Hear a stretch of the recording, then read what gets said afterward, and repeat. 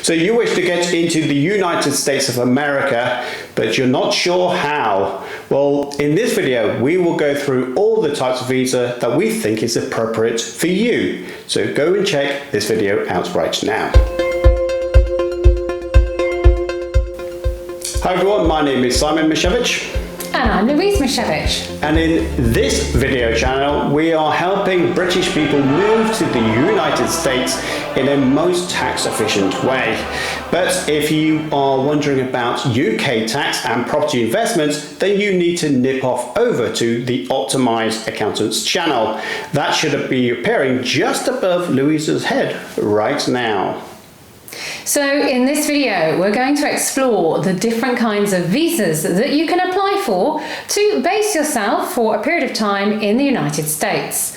And it's really important that that period of time comment is really clear to you, because these visas that we're going to talk about today are classified as non-immigrant. In other words, they are only for staying temporarily in the US. But make no mistake, some of those temporary periods could be for multiple years at a time.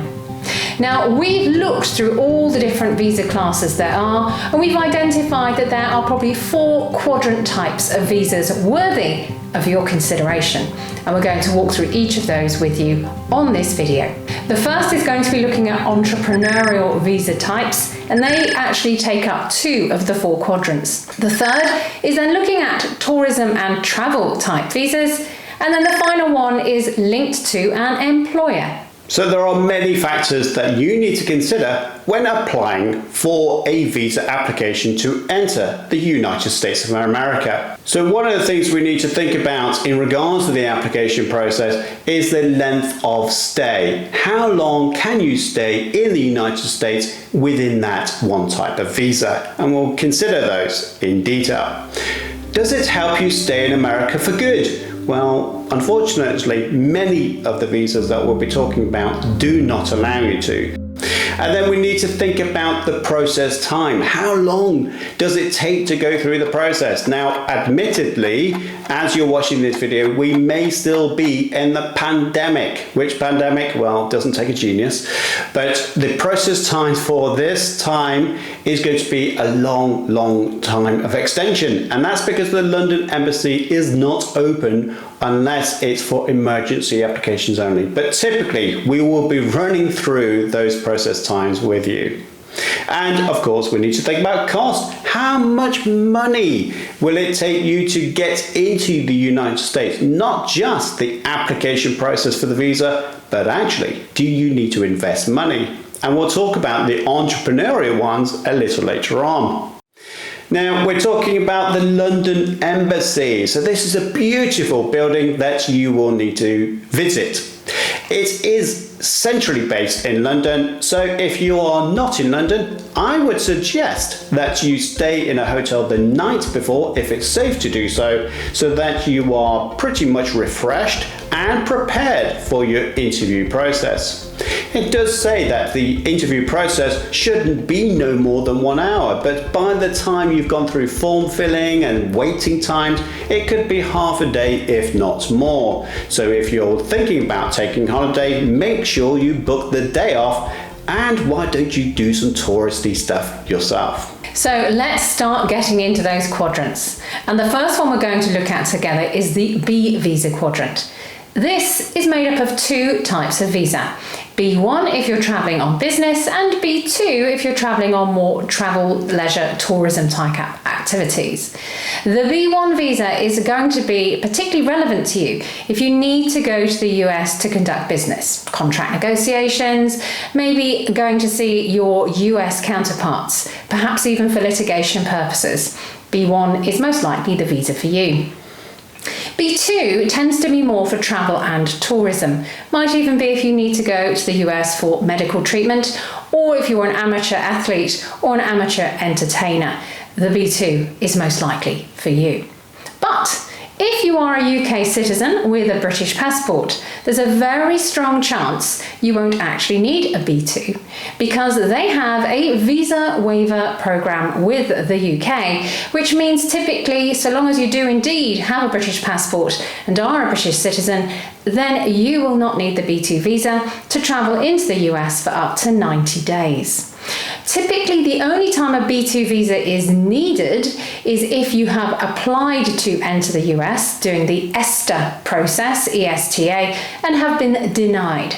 That will be one of the rare times, as a British citizen and a British passport holder, you will need to complete a B2. So let's think about some of the key things around those B-type visas. They won't lead to a green card. They're going to cost you probably between £100 and £350 in terms of application and processing costs. They're going to be relatively quick, of course not in COVID and pandemic times, to get. Typically before the COVID pandemic, you were looking at 2 to 6 weeks processing time to get them. You are going to need to complete a form and you're going to likely be asked to come to interview. The form you're going to need is a D160 and that will take you approximately 1 to 2 hours to complete online. So what does a DS160 look like when you're on the website? Well, you're going to look for this document and you're going to complete it online and actually file it online as well. If you're liking what you're seeing so far, please do smash the like button, do subscribe to this channel and press the notification bell if you're keen to know the next time we release a helpful video for you. Do you need more specific guidance for you? Well, you can book a UK and US tax consultation with us. Use the code YouTube25 to get a 25% discount from the normal consultation fee. And you can access our consultation service by clicking here or in the data below this screen. So Louise talked about a B1, B2 visa, and if you are not athletic and can pole vault your way over the Mexican 3-foot wall, then you might need to consider a more entrepreneurial way. Let's first of all consider something called an E2 visa. Now, an E2 visa allows you to set up a business within the United States. So you might have a skill set that is required in a different country. Now, typically this requires you to invest a sum of money to create a business plan and to prove that the United States needs you. That's the first thing I would kind of emphasize on. It's not a simple form filling exercise and away you go like the B1, the B2 visa that Louise has just explained. No, you are going to be required to complete a more thorough business case that demonstrates the value and proposition that you will bring to the United States. In order to do the E2 visa, you need to think about cost. Now, you could do an awful lot yourself, but if you see a lot of my DIY, as Louise will probably testify to, it's not always worth doing DIY. So make sure you get yourself a good attorney. They will help you write the business plan and indeed complete all the forms necessary to make sure you will be successful through your application process. The cost of that, well, you're looking at least between £100 maybe to several thousands of pounds if you are going to use a very good attorney, which will help you to increase the possibility of you going to the US. As I say, you could do this all yourself, but then you can really make a mess of it and just waste your time. Talking of time, how long does it take? Well, it could take you just 2 weeks, but some of these E2 visa requirements are 20 weeks, and that's because you've got to spend the time to complete the business case, make sure it's completed properly, and then you can go through the visa application. So it can take you really near enough half a year. And as Louise beautifully shown earlier, it is just another form for you to complete, which is the same form that Louise described earlier, but you will need to make sure that you have a business application form with it. So the one thing that you do need to bear in mind, not only have you got to set up a business, you've got to invest circa £100,000. Yes, 100,000. Well, actually it's dollars, but you may as well say it's pounds by the time you're finished. And ultimately, it's going to allow you to stay in the country for 2 years and no more. Now, the thing about that, it can be extended. So if you can prove to the United States government that your business and your skill set is permitting you to stay in the United States, then it will do so. So they can extend it indefinitely. Will it lead to a green card? No. That's the reality. An E2 visa can be extended, but it will not allow you to get the green card, which means you cannot stay in the United States indefinitely. You are just going to be on tippy toes waiting for that renewal. And we've had clients that have been rejected, funny enough, from optimized accountants, and they've come back to the UK.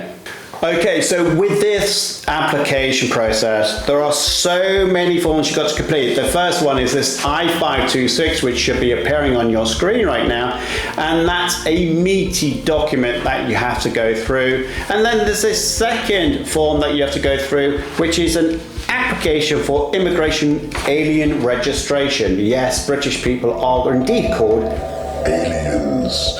So you have to go through this application form process, which is very, very time consuming. And if it's wrong, then you have to go through the entire process again. And I don't know about you, Louise, but I really don't have between 2 and 3 years to make a mess of things. No, I would agree with that. And that's why a good solicitor, or attorney as they call it in the United States, is vital for your success. So the other visa, entrepreneurial visa, is an EB5. Well, what's one of those? Well, an EB5 is allowing you to invest a sum of money. Now, on the screen, you'll see that you can invest $900,000. That's $900,000 if that is in an employment-targeted area. Now, you may be in a different area, which is not in an employment-targeted area. By the way, do make sure you speak to your attorney about that specific point. But if you're not in an employment-targeted area, I'm going to have to put my teeth in by saying that's who many times, but you would need to invest $1.8 million. Did I emphasize that enough, Louise? No. No, $1.8 million. And I feel like I need to put my finger to my mouth there. There you go. That's from Austin Powers. So what can it allow you to do? Again, similar to the E2 visa, it does permit you to stay in the country for 2 years. It can be extended depending on the project you're getting involved. You are investing your money in someone else's project. So it is very, very risky, and you need to make sure you do due diligence on that. It's not as though you are setting up a business, you're investing in someone else's. And that is a huge risk that you need to take on the chin. Louise, do you have $1.8 million just to flitter away in case it doesn't work? Funnily enough, no, I don't. That's a real shame, because I was looking forward to getting that new sports car. Anyway, so how long does it take you to get into the country with this process? Well, the EB5 process is very consuming. Why? Because you've got to prove to the IRS, the government, that you are a worthy person. You have the funds to invest in a project. You then have to identify the project and go through the due diligence. So typically, I would say you're looking between 1, 2, if not 3 years before you go through the process and then get yourself into the United States. Now, fortuitously, this does have an advantage over the E2 visa, in as much as it can get you that lovely green card to stay in the United States. But there are many, many bits of criteria you need to meet. One of those criteria is, has your business that you've invested in been able to employ 10 or more people on a sustainable level? So it's not a fly-by-night and it's boom, gone and you get your green card. No, no, no. You need to prove that it's sustainable. So if you're not as aggressive as Louise as in smashing that like button, but you would just like to gently caress it, then make sure you do exactly that. Of course, don't forget to subscribe to this channel. If you've got any questions in regards to the E2 or the EB5 visa, make sure you pop those into the comments box below, and I'll make sure that someone answers that within a couple of days. And don't forget, as Louise talked about, you can book a tax consultation. So don't think about the cost of our services, think about the cost of getting it wrong. So make sure that you are armed with the right people, with the right knowledge to make sure that you can get into the United States using the entrepreneurial way. And don't forget, there is tax to consider as well. So you've now listened to the B1, B2 and the EBs as well, so the EB5 and the E2 visas. And maybe you're at a point now where you're thinking, well, actually none of those really work for me. Well, perhaps this final fourth quadrant will be the one that really lights up your room and your ideas and dreams. These are L1A and L1B visas, and these actually are visas that are sponsored by your employer. So if you're looking to move across to the US and do so with employment in mind or starting up a business, then perhaps these are the routes for you. It's actually the employer preparing most of the documentation for you and proving that you are the right employee or indeed the right executive to lead the business in the US, and that's why they need you in the US. The L1A is about executives, so very senior individuals in a business, starting up perhaps or growing fundamentally a business in the US. And the L1B is suitable for management level employees, again coming to the US to ensure the business grows and develops effectively. Typically, such visas again are not going to be directly green card allowing, but a bit like the EB5, they will or could lead to a green card, assuming that the process works at the L1A, L1B level, and indeed you come over to the US and the business starts to flourish and grow as planned. But you'll need a quality and good support system around you, including a great immigration attorney to make sure you understand when and how a green card might flow from this kind of activity, because it's not immediate. Initially, this type of visa is issued for anywhere between 1 and 3 years, and it can be extended up to a maximum of 7 years. So there is a very definite term on this particular type of visa. It can take quite some time to get this type of visa in place as well, so beware, you are going to have to complete a great deal of forms again, or rather your employer is, and it's going to take on average somewhere between 6 and 18 months to complete, typically outside of a COVID pandemic period too, so expect it to take potentially longer at this point with the pandemic still raging all around us. Finally, some of the forms that you're going to need to look at is the I-129 and the DS-260, and again Simon has shared some of that already.